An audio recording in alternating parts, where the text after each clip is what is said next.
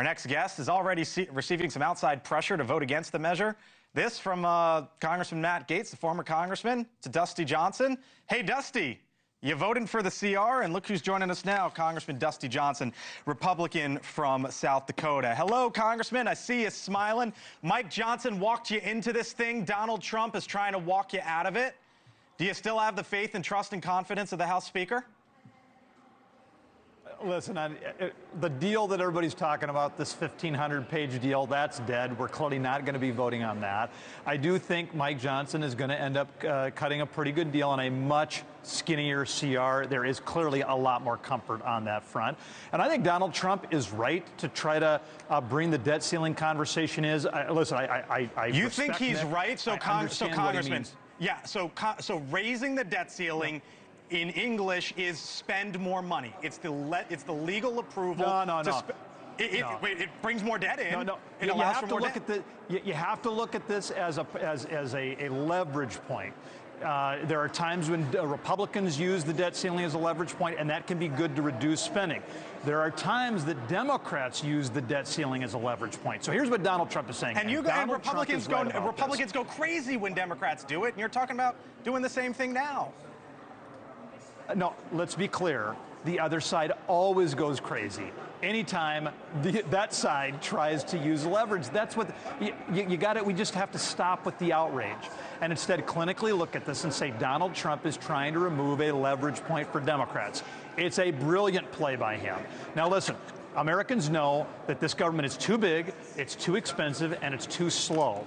Now, there are some things we have to do in this CR to address that, but the real success is going to come on January 20th when we get a president who is driven and dedicated to addressing this. Okay, so I hear you call this a brilliant play, quote unquote, from Trump. I'll start, let me ask again where I started. If that's a brilliant play from Donald Trump, Congressman, do you still have faith, trust, and confidence in the House Speaker, Mike Johnson? Mike Johnson is in an incredibly difficult situation. Now, on January 20th, he's going to have partners in a Republican Senate and a Republican President Donald Trump. He does not have those partners today. So he's got one leg and two arms tied behind his back, and he's still trying to cut a good deal.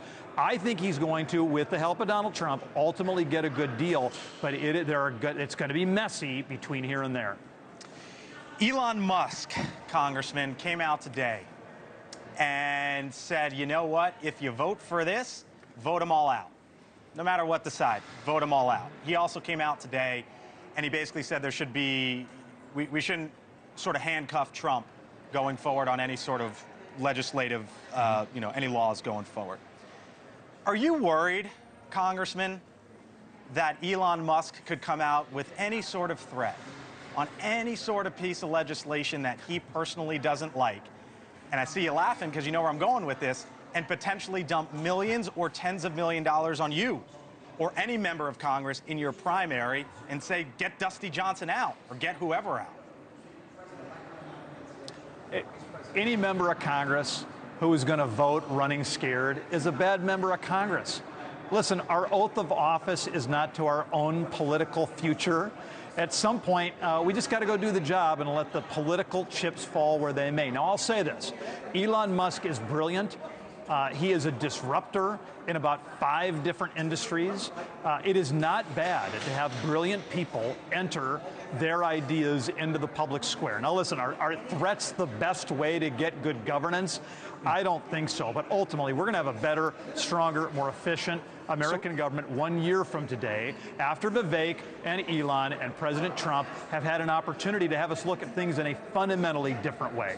So when Elon Musk, and he's an American citizen, he can voice his pleasure or displeasure however he wants, like the rest of us, right? But you're telling me when he comes out and he levies that statement that members of Congress go ho-hum, or does it catch their attention? Of course it catches the attention of a lot of them. There are a ton of people in this town who are so concerned about keeping their job, they forget to do their job. But this is not a situation where I think most members of Congress are going to have to pick between keeping their job and doing the right thing. Ultimately, Elon Musk wants what I want, and that is a CR that bends the arc of history toward freedom. We're going to get to a better spot than we're at today, and that is ultimately going to be a very good thing.